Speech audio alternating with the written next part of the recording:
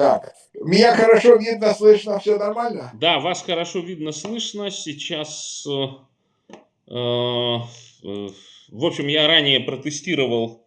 Это первый тест, в общем-то, будет, значит, записи интервью. До этого я не записывал через такую систему. Здравствуйте, дорогие друзья. Сегодня на каких-то бурятах гостем является Виталий Гинзбург, с которым мы познакомились на форумах, форум свободных народов пост России, а также неоднократно пересекались на съезде народных депутатов. Здравствуйте, Виталий. Добрый день, Джордан, добрый Я день. думаю, что мои подписчики соскучились. Мы давно с вами не проводили эфиров, потому что не удавалось пересекаться на различного рода мероприятиях. Скажите, наверное, перейдем к главному вопросу последних нескольких месяцев. Это так называемые выборы в ПАСЕ, как русская оппозиция, значит, говорит, что вот они на выборах сейчас участвуют, они посылают анкеты, хотя, всем известно в самом начале, что выбирать будет ПАСЕ. Что вы могли бы сказать на этот счет? Я могу сказать, что это замечательный тест на адекватность российской оппозиции. Больше, наверное, здесь лучше охарактеризовать эту ситуацию невозможно. ПАСЕ в силу ряда обстоятельств, в том числе в силу активности российских оппозиционеров, пришла к выводу о том, что необходимо иметь какую-то платформу для общения с представителями российской эмиграции. Вот. И нашли долго подбирали, нашли какой-то формат взаимоприемлемый. Но, естественно, любая такая процедура, она сразу же проявляет весь спектр мнений и дает самую исчерпывающую характеристику состояния умов, которые существуют в сегодняшней российской иммиграции. Про оппозицию я не говорю, потому что я бы не стал характеризовать иммиграцию как оппозицию, потому что, во-первых, она не имеет какой-то четкой программы, это не единая сила, это огромное количество разрозненных мнений, которые даже если их суммировать и собрать все векторы, так вообще не очень понятно, в какую сторону это все приведет. Но, но идея эта получила развитие, но все подумали, что это полноправная какая-то платформа, полноправное представительство, что она кого-то действительно должна представлять чуть ли не всю Россию, с ней какие-то связывать инициативы, какие-то полномочия и так далее. ПАСЕ сделала, в общем-то, достаточно разумный шаг. Парламентская ассамблея захотела увидеть в своих стенах определенное количество людей, которые соответствуют их представлениям, попадают в их, соответствуют их критериям. Во-первых, критерии, связанные с Украиной, потому что когда мы сейчас говорим о толпе, которая туда рванулась для самопиара прежде всего, а некоторые рванулись еще и для зарплаты, то значит, мы должны понимать, первая точка отсечки это отношение к Украине, потому что там есть всевозможные националисты, нацисты и так далее, Драндин там и куча других, которые не просто негативно относятся к Украине, которые враги Украины, которые абсолютные имперцы, они тоже туда все бросились и тоже считают себя оппозицией там, и так далее, и так далее. Тогда надо Гиркина туда брать и Макашова, и все, тогда будет это абсолютная оппозиция. Это первое. Второй вопрос, который самый критический, он даже критичнее Украины, это преодоление имперской сущности России. Я не знаю, как туда пропустили. Я уже писал на эту тему. Мне почему-то показалось, что когда формулировали Берлинскую декларацию и шла борьба разных команд эмигрантов за право представительства, потому что туда давно и все ходили, ходила команда Навального, ходила Арно, ее представители и все прочие. Идея эта витала в воздухе после того, как святое место оказалось пустым, после удаления всех Слуцких, там, Толстых и прочих представителей, российских представителей. Вот. И мне кажется, что когда шла борьба вот этих концепций, подходов, и вот эта Берлинская декларация, которую в 23 году сформулировали, и в которой попал вот этот тезис о преодолении имперской сущности, видимо, там кто-то что-то не додумал, потому что если бы они серьезно восприняли, что это будет в качестве критерия, они бы сделали ее такой обтекаемой, что там невозможно было бы ни за что зацепиться. Они бы там написали какую-нибудь федерализацию, какую-нибудь там, что нужен хорошая историческая общность. Вот сейчас она не хорошая, а будет у нас хорошая историческая общность, где все будут любить друг друга, и все будут уважать и прочее, и прочее. Вот какой-то бред. Но, тем не менее, как написали, так написали. И третий вопрос – это флаг, который тоже красная тряпка для многих. Вот, собственно говоря, туда такую команду захотели там видеть. И я считаю, это абсолютно на сегодняшний день это максимум возможного. Никаких выборов, никаких других способов представительства сегодня быть не может. Какие выборы, как их провести, как организовать эту процедуру, как организовать учет избирателей, где эти избиратели, как проводить кампанию и так далее, и сколько это надо времени. И ПАСЕ хочет видеть более-менее адекватных людей и видеть какие-то, оценить их взгляды. И я вижу сегодня, что несмотря на колоссальную критику, мы видим, что происходило и в ресторане, и борьба Орло, ФБК там, и многих других вокруг этого. Мы видим даже, как меняются позиции людей. Тот же, допустим, вот мы же вместе с тобой смотрим в Фейсбуке, оцениваем, спорим с тем же, допустим, Алексеем Черемушкиным. Я не знаю, что произошло. Вдруг резко такое изменение позиции. Я допускаю просто, что это пиаровский такой ход. Он хочет иметь больше лайков, больше подписчиков. Там. Мне кажется, я другого не могу объяснить. Я его хорошо знаю, он нормальный человек. Что такое могло произойти, я не знаю. Но вот показатели, это тоже демонстрирует отношение, что все решили как на этом попиариться и какую-то там сделать себе саморекламу. Потому что все думают, что это российская делегация, что она будет кого-то представлять. Она представляет только вот этих людей, которые согласны, у которых есть какой-то консенсус по Украине, по имперскости и по атрибутам этой имперскости в качестве флага. Больше ничего нет.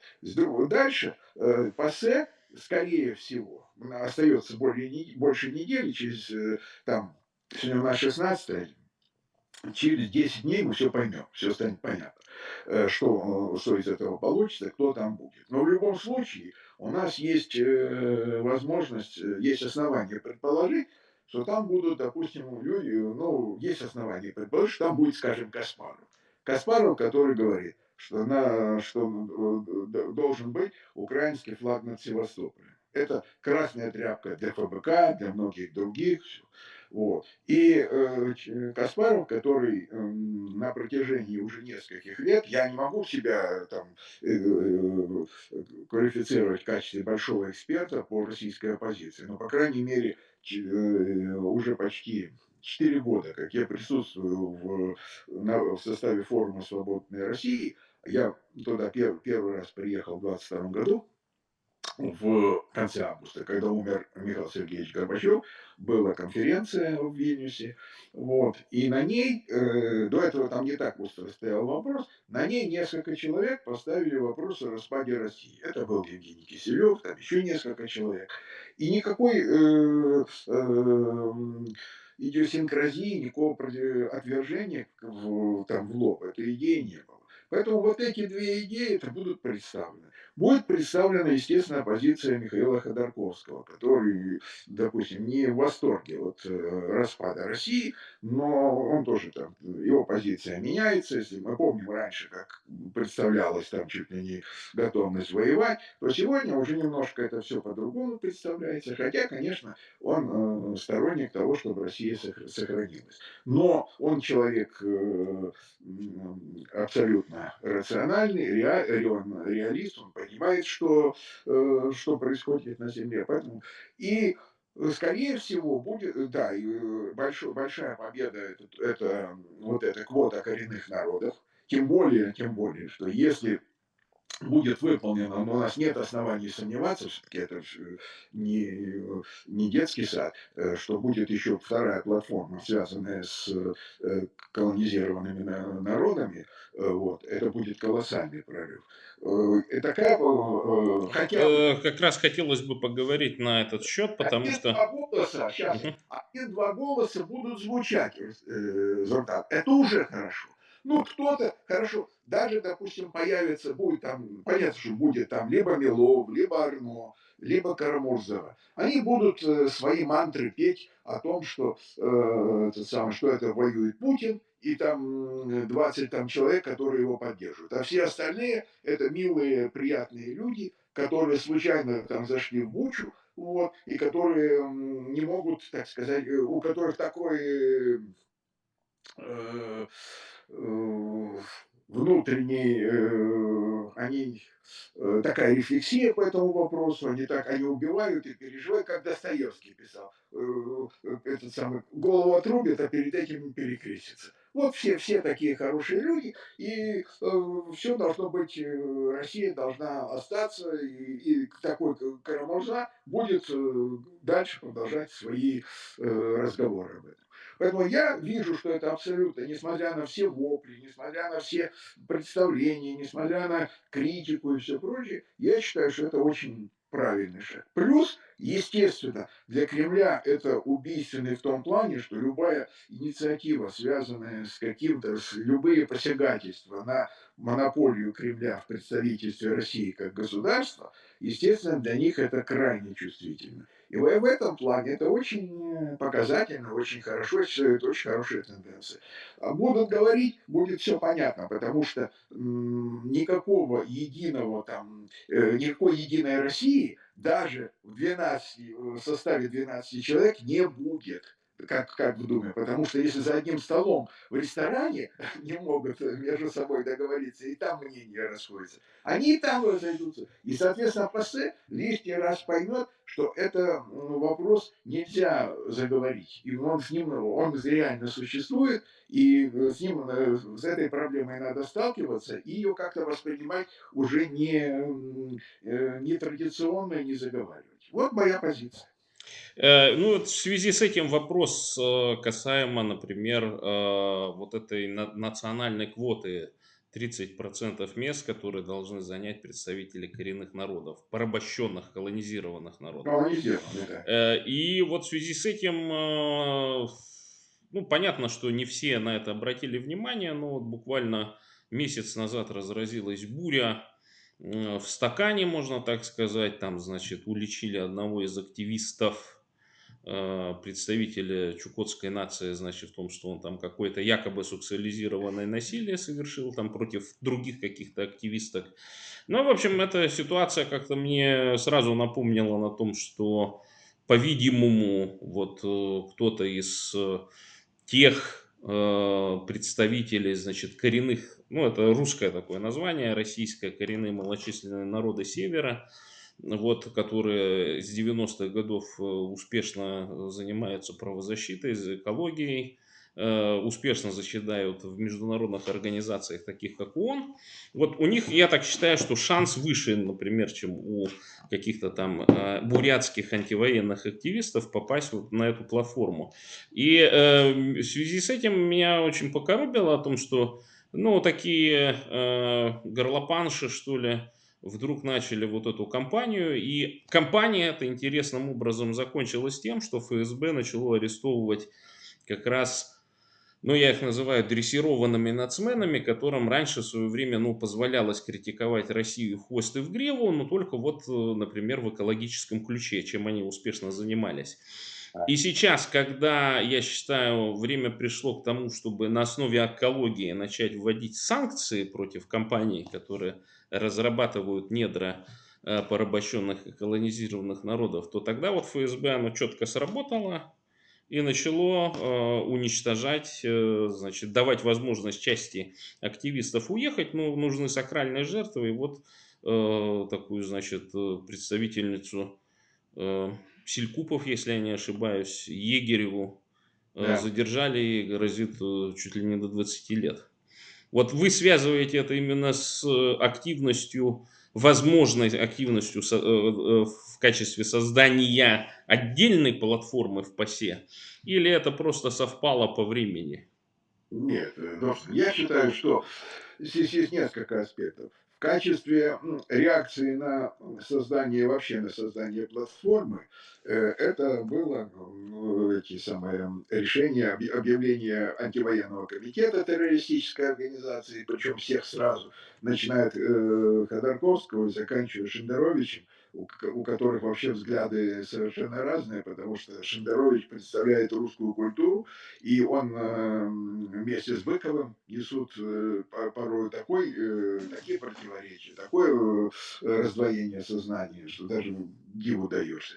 Вот. Я не думаю, что касается квоты, я уж не говорю про платформу, то, конечно, там вопрос не к малочисленным народам, а репрессии против Егерева, против других представителей малочисленных. Давайте так, не надо говорить про малочисленных, потому что Россия про малочисленные народы вообще не воспринимает. Для них, я думаю, что вопрос северных народов, их активности, ее совершенно не интересует, потому что в силу действительно и малой численности, и того, что ни один, мы же понимаем, что ни один вот такой малочисленный народ, он кроме как на сохранение среды своего естественного обитания и культурных традиций, в общем-то, никто ни на что не претендует, на какую-то серьезную автономию, независимость там, и так далее, и так далее. Таких вот нет, потому что если там, допустим, тысячи человек или несколько тысяч человек, ну, понятно, что это не очень серьезно, чтобы, допустим, какую-то серьезную территорию они могли обеспечить. Речь идет о другом.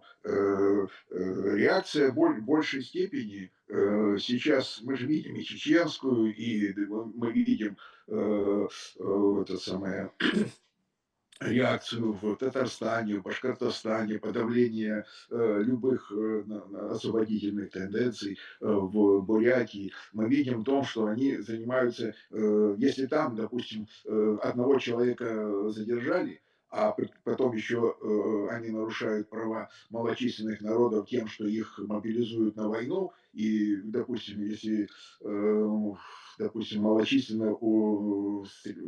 среди представителей малочисленных народов погибает там десяток человек, это катастрофа для этого народа.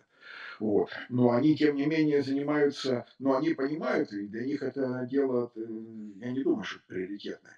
А вот реально те, кто претендуют на освобождение, на независимость, те, кто имеют шансы, те, кто имеют какой-то опыт исторический и прочее, прочее, вот там они занимаются просто геноцидом, максимальным мобилизацией на СВО и подавлением всяких тенденций. Это прежде всего касается таких республик, где уже освободительное движение, ну, Оно и было в 90-х годах, там какие-то основания были, были какие-то документы принимались и прочее. Вот там вот Кремль боится. И самое главное сегодня это вот движение «Единая сила», которые смогли это реализовать, потому что разговоров-то было много. Допустим, вот мы с тобой, сколько времени мы с тобой на форумах свободных народов встречались, разговаривали, но в принципе, ведь эта инициатива прошла не оттуда. Движение «Единая сила» особой активности, там, пиары и так далее не проявляло. Они просто занимались практическими вопросами. Они тоже сидели в ПАСЕ, вот. Они разговаривали, они приводили аргументы, и они смогли добиться. Вообще-то они пробили отдельную платформу. А вот это решение о квоте – это компромисс. Это компромисс между двумя предложениями, потому что там шли переговоры, и это было компромиссное решение единой силы Джабулата Сулейманова и его коллег, и ПАСЕ. Российская делегация хороших русских к этому никакого отношения не имела, потому что они никогда это не воспринимали всерьез, и никогда со своей стороны они такую инициативу тоже себе Ну, мы представили. помним там поползновение Анастасии Шевченко, которая заявила о том, что она представляет А, Бурятию.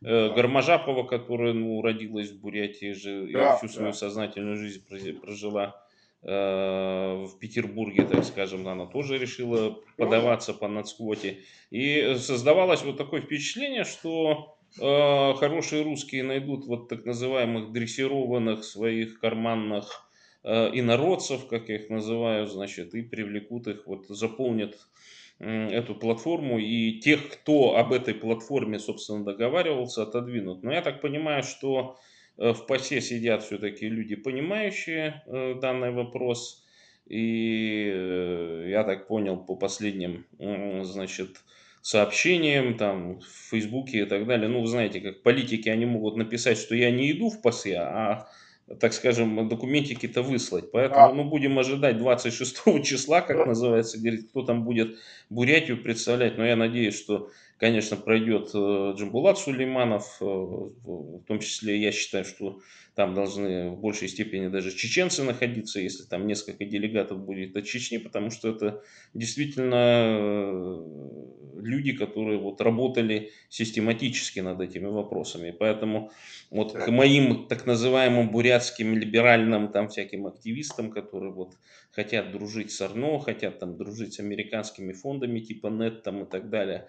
Вот им-то тоже вопросы такие. Ну что ж вы, ребята-то, как говорится, чем вы занимались все эти 4 Ну, года фактически с момента ага. начала полномасштабного вторжения, и до этого как будто бы проблем призыва бурят в 2014 или 2015 году на контракт не существовало. Существовал, безусловно. Безусловно. Конечно. И вот, ладно, понятно, ситуация по ПАСЕ. Будем, надеюсь, мы, может быть, после 26-го запишемся уже по данным, Я значит, тоже надеюсь. выбора со стороны ПАСЕ. Можно будет обсудить этот материал.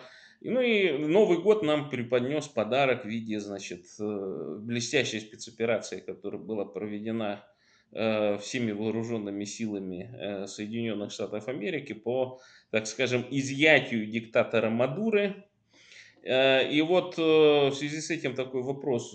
Похожая ситуация. Ну, кстати, заявление активист, можно сказать, делегат съезда народных депутатов Сергей Антонов, он вот выступил с таким предложением о том, что совместное письмо от российских, белорусских и венесуэльских, значит, оппозиционеров к Трампу о том, чтобы вот с Лукашенко такое же сделать. Вот как, на ваш взгляд, получится ли такая, и возможно ли вообще такое изъятие, не обязательно силами американцев, может быть, Европы, каких-то европейских сил, или это просто вот такая ситуация, когда, значит, э,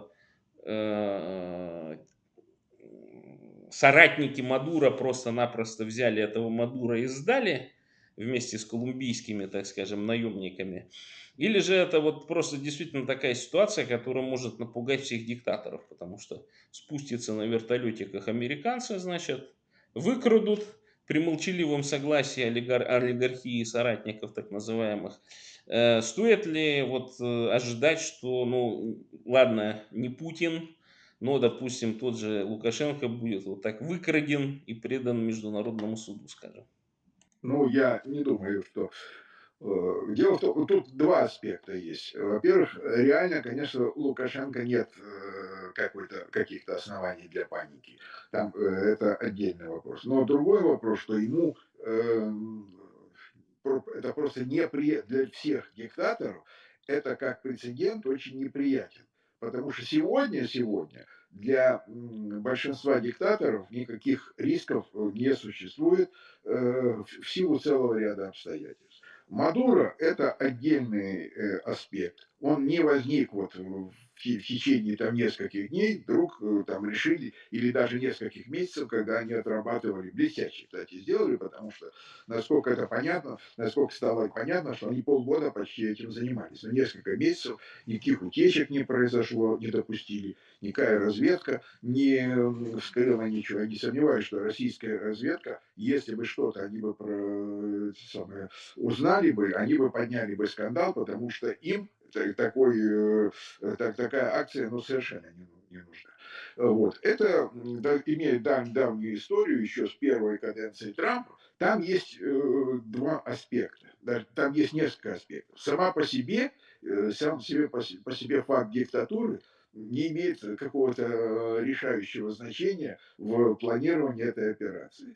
Там есть 2 аспекта. Это миграция и наркотрафик. Если бы не было ни того, ни другого, а оба эти очень резонансные для и предвыборной кампании Трампа, и сейчас он занимается борьбой с нелегальной миграцией, и видишь, что там, какие следствия этого, какой резонанс наступает. Вот это сыграло роль. Не было бы этого, никакого Мадуро никто бы не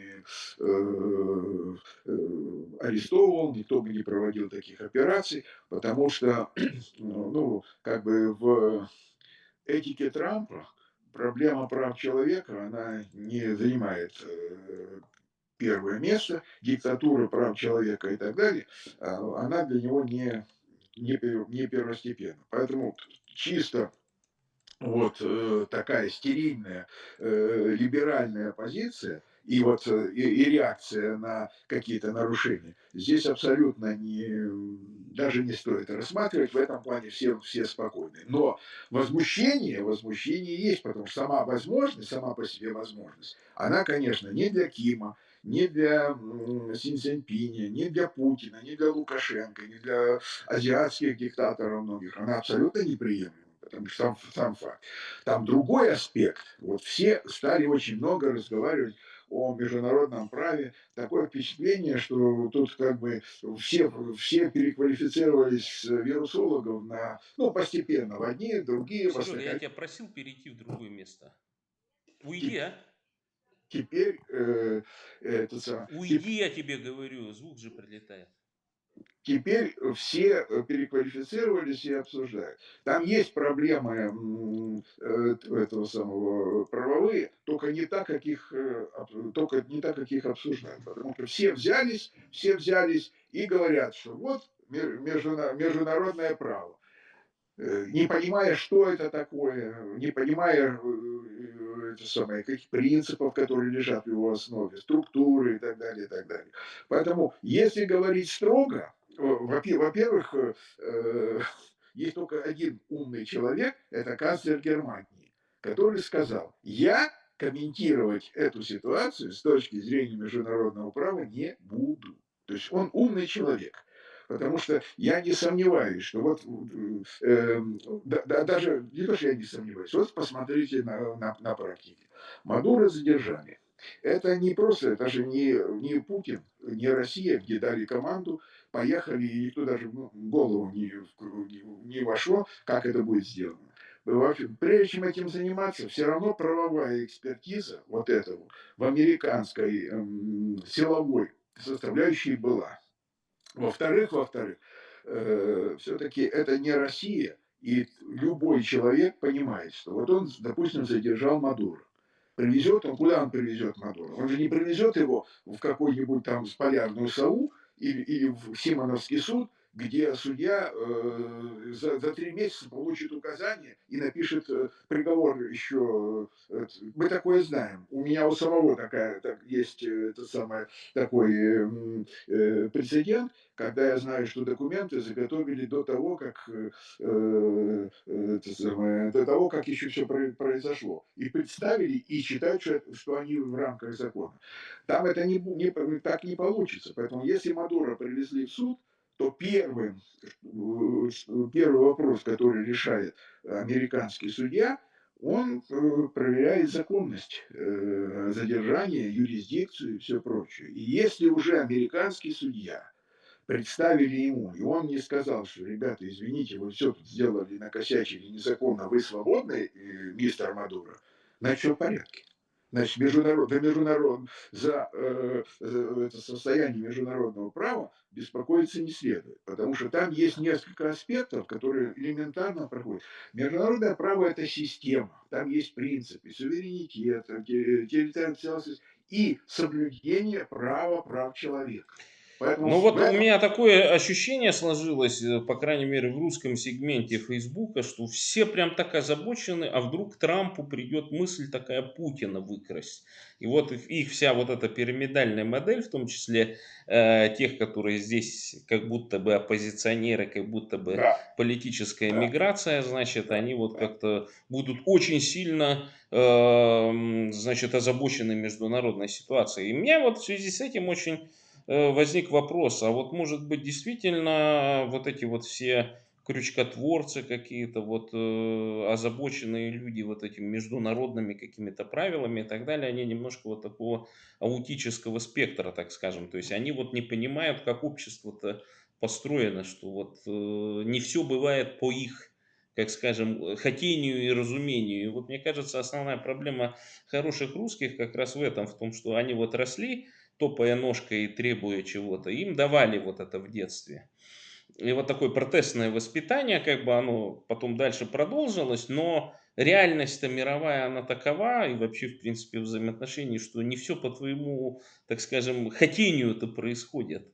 И вот, мне кажется, это основная проблема всех вот этих хороших русских, так называемых, потому что они, ну, в общем-то, не понимают простых вещей, да, допустим, что Путин диктатор, что за Путина ходят ножками голосовать вот эти вот женщины 40-50-летние, которые сейчас, кстати, отправляют своих детей, своих мужьев, там, сыновьев и так далее на это СВО. То есть, что это вот какая-то выдумка, это все пропаганда и так далее, а не реальность, вот, которая существует. И вот плавно перейдем вот к ситуации с Ираном. И как-то я удивлен о том, что вообще практически вот даже здесь, в Польше, в СМИ очень мало каких-то, ну, таких репортажей оттуда. Понятно, что там закрытое государство, интернет закрыт, очень сложная информация перетекает, но тем не менее источники информации же все равно они существуют, но как-то тему вот эту очень сильно не СМИ не разогревает о том, что там уже больше 20 000 жертв. В основном это молодые мужчины и женщины. О том, что там действительно люди доведены до отчаяния, что готовы жертвовать собой. Потому что там так, там люди выходят на митинг, их расстреливают, там никто вот этих не скрывается, их убивают там. И вот как вам кажется, с чем это вот связано такая со стороны вот этой, в том числе лево-радикальной общественности, что она как-то молчит. То есть вот они сейчас Хамас и Палестину поддерживали, а почему-то народ Ирана, который хочет сбросить режим Аятол, как-то для них не очень э, такая тема. Вот. Что на Ну, ваш взгляд? в сознании сейчас сложилась вот эта прекрасная политкорректная модель, когда вот существует вот такой спектр мнений, и дальше они очень рады, и его это самое, одобряют вот такой спектр, поддерживают. Они говорят о правах человека очень много, просто языки уже там от этого уже пухнут. Но проблема вот какая здесь. Первое. Когда мы говорим о правах человека, я сейчас очень много на эту тему пишу и говорю, что, ребята, сегодня самая большая проблема, это уперло сегодня все, именно в право прав человека. Это сформировалось после войны, совершенно в других условиях. Там очень много под большим влиянием Холокоста это все было сделано для предотвращения. Но дальше, конечно, произошли определенные изменения, и оно автоматически на эту реальность было наложено. Право прав человека – это все прекрасно. Только, ребята, вы должны понимать, говорить о правах человека, не отвечая на платоновский вопрос, что такое человек, это абсолютно бесперспективно, это тупиковая ситуация. Поэтому права человека очень хорошо быть четко понимать. Во-первых, там есть права человека и права гражданина. И дальше нужно было определить с точки зрения того ценностных ориентаций. Если человек разделяет ценности правового, демократического, светского государства, это одна реальность. А вот если там хотя бы одной составляющей нет, то тогда это не конструктивно, это просто очень серьезное, деструктивное, разрушающее. Это не права человека в этом случае становятся не средством защиты, а средством нападения. Оно играет совершенно другую роль. И оно направлено на ущемление прав других людей. Это уже не защита кого-то, это обратная ситуация, это ущемление прав других людей. Это первое. Теперь второе. Вот представь себе ситуацию, вот, допустим, мы завтра представим себе, что, конечно, я понимаю, что режим Аятол все равно рухнет. Он рухнет не сегодня, он рухнет завтра, потому что радикальных вещей, радикально там ничего не поменяется, потому что ведь куча факторов, там огромное количество людей поняли, что такое исламская революция, им уже 100 лет надоело, плюс экономические санкции, плюс тот же Трамп и прочее, уже никто не собирается снимать с Ирана санкции, соответственно, экономика не будет иметь возможности развиваться, и экономические трудности только ухудшатся, усилятся. Поэтому все равно это закончится. Но вот вопрос такой, если бы какая-нибудь левая, если бы там была бы альтернативная, была бы какая-то альтернативная сила, которая бы могла бы выполнять, соответствовала бы вот этим левым трендам, там, которые бы защищались, там была бы, допустим, альтернативная исламская сила, исламская партия, которая бы с другой стороны как-то, наверное, они бы получили больше поддержку. А то, что альтернатива идет гуманистическая, демократическая, светская и не антиизраильская, и не антиамериканская, для левой всей Тусовки. тусовки, ну, сейчас подобрать более такое слово, для левой это вообще неприемлемо. Потому что левая тусовка, она очень хорошо ориентирована, заточена на ресентимент. Вот у них американцы плохие, это плохое, Израиль плохой. У них И черно-белое. Пехлеви плохой, потому что это бывший шах. Ну, бывший, так скажем. Это как он когда-то угнетал, там народ его свер, как это назад и все прочее. Вот это сознание никто не хочет осмыслить, и поэтому все инерциально рассуждают, как это хорошо. И плюс Виталий, я извиняюсь, у нас осталось меньше минуты. К сожалению, вот у меня такой зум. Ну, в общем, ситуация такая, что я так понимаю, что без невооруженное, так скажем, восстание, революция, оно всегда обречено там будут сложности. на такую ситуацию, которая сейчас происходит в Иране. К сожалению, бомбежки со стороны США Пока не протестующие не дождались, поэтому ситуация там гораздо очень сложная. Я более чем уверен, что еще люди после восстания, значит, после революции пострадают, потому что все-таки, вот, как ни крути, нужно именно вооруженное восстание, я так считаю, для того, чтобы вот, подкрепить достижения определенные. Виталий, благодарю вас за эфир. Большое спасибо, что согласились прийти и дать Спасибо. интервью. Большое спасибо и до новых встреч. Спасибо. Спасибо, очень приятно. Спасибо.